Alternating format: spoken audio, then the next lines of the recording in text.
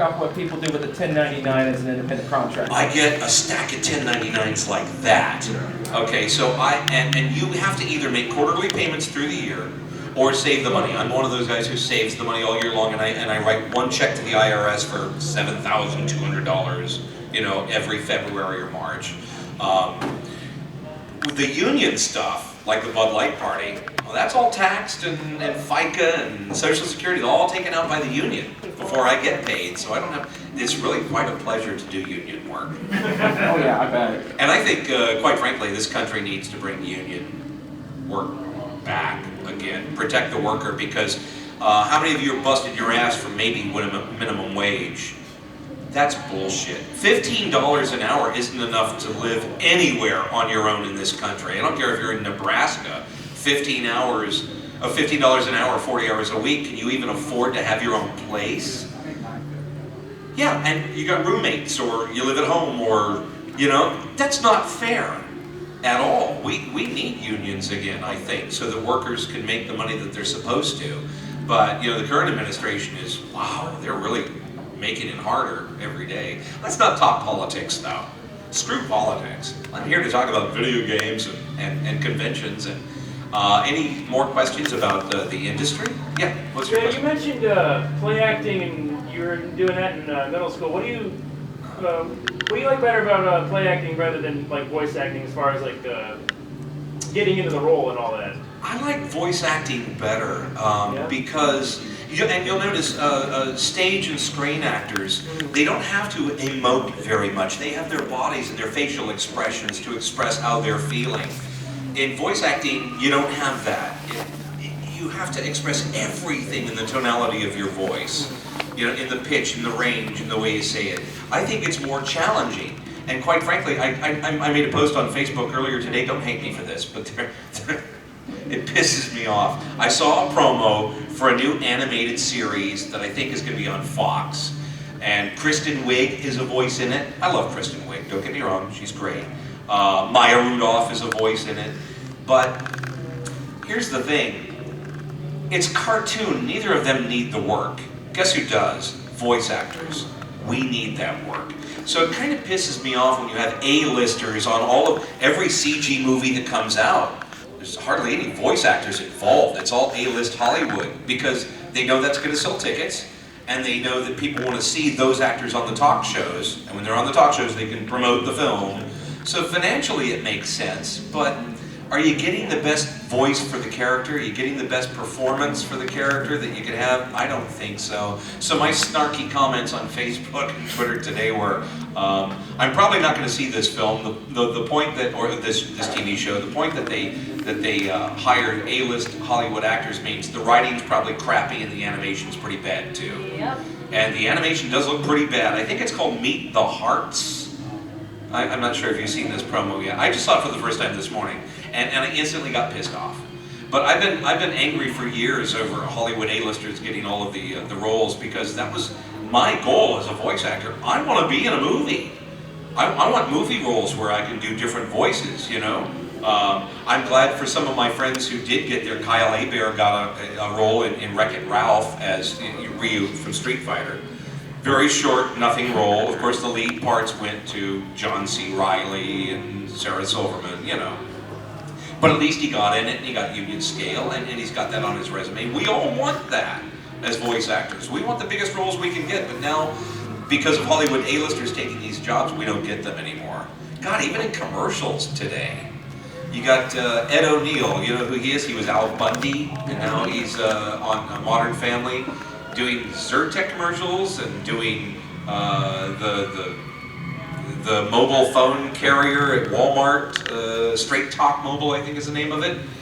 So you've got those A-listers doing, oh, hey, furry. Howdy, furry. So you have A-listers doing, good to see you. Yeah, you have A-listers doing those jobs that should be going to voice actors too.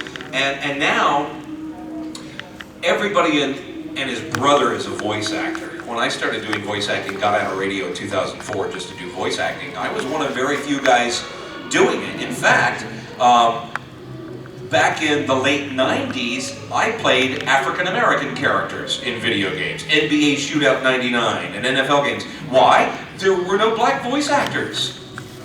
And I'm directing it right at you because, you know, like, why the hell would this guy be doing that? Because they didn't have anybody else to play those roles. Today, that would be politically incorrect, and I don't even audition for those roles. I'm not suited for that. It's not what I should be doing.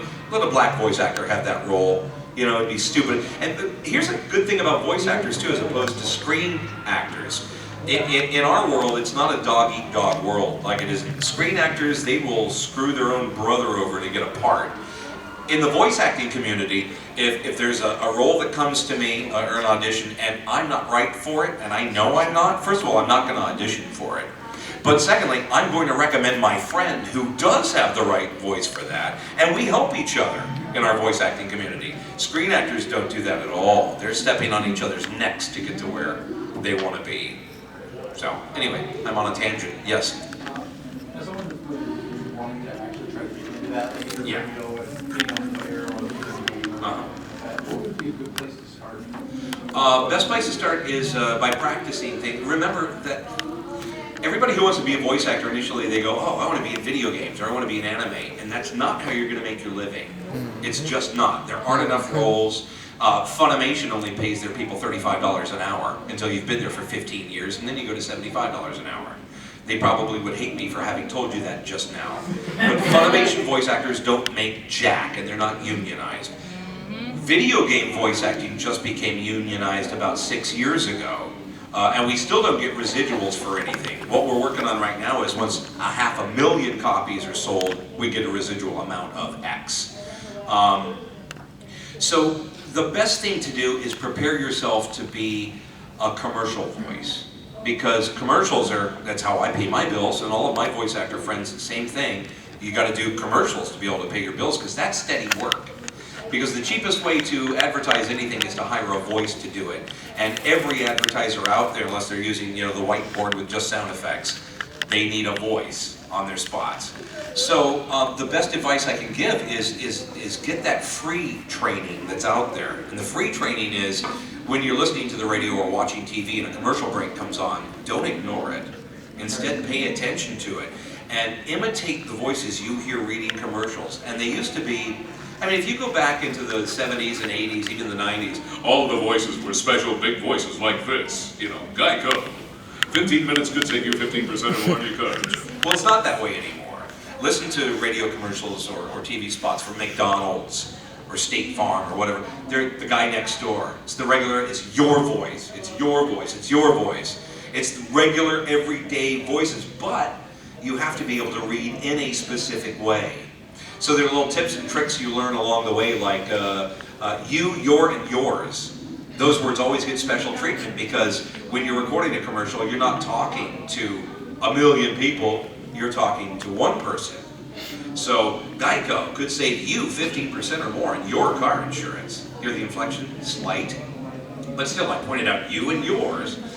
Little things like that you'll learn. And when you listen to commercials and you start to imitate them, remember the commercials that you're hearing on the radio or on TV are perfect. And by that I mean they're the result of a committee making these things happen. First you have the script writers, and they write the scripts out to be, they have a great economy of words. They, as few words as possible to cram into that 29-second TV ad that's going to go on, right?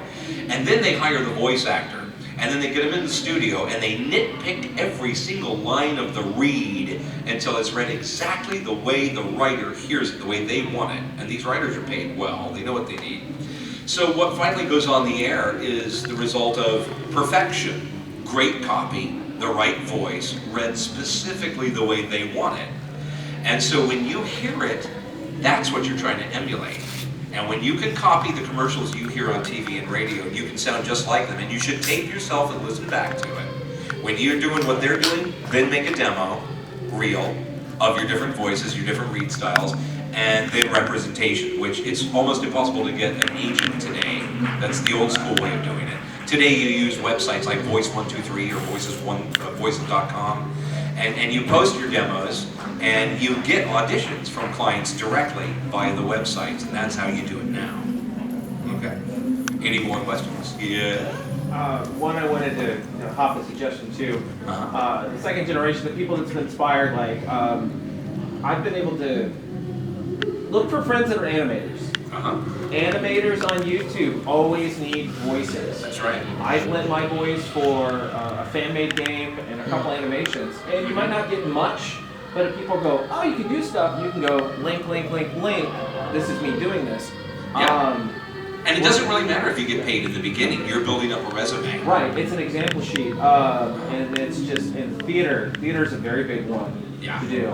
So, but it's definitely. You have to have acting chops. I mean, if you get a script in your hands and you're just reading it like this, you know, reading the character role, that's going nowhere. You have to know how to put yourself into the role and actually act. What was your question, sir?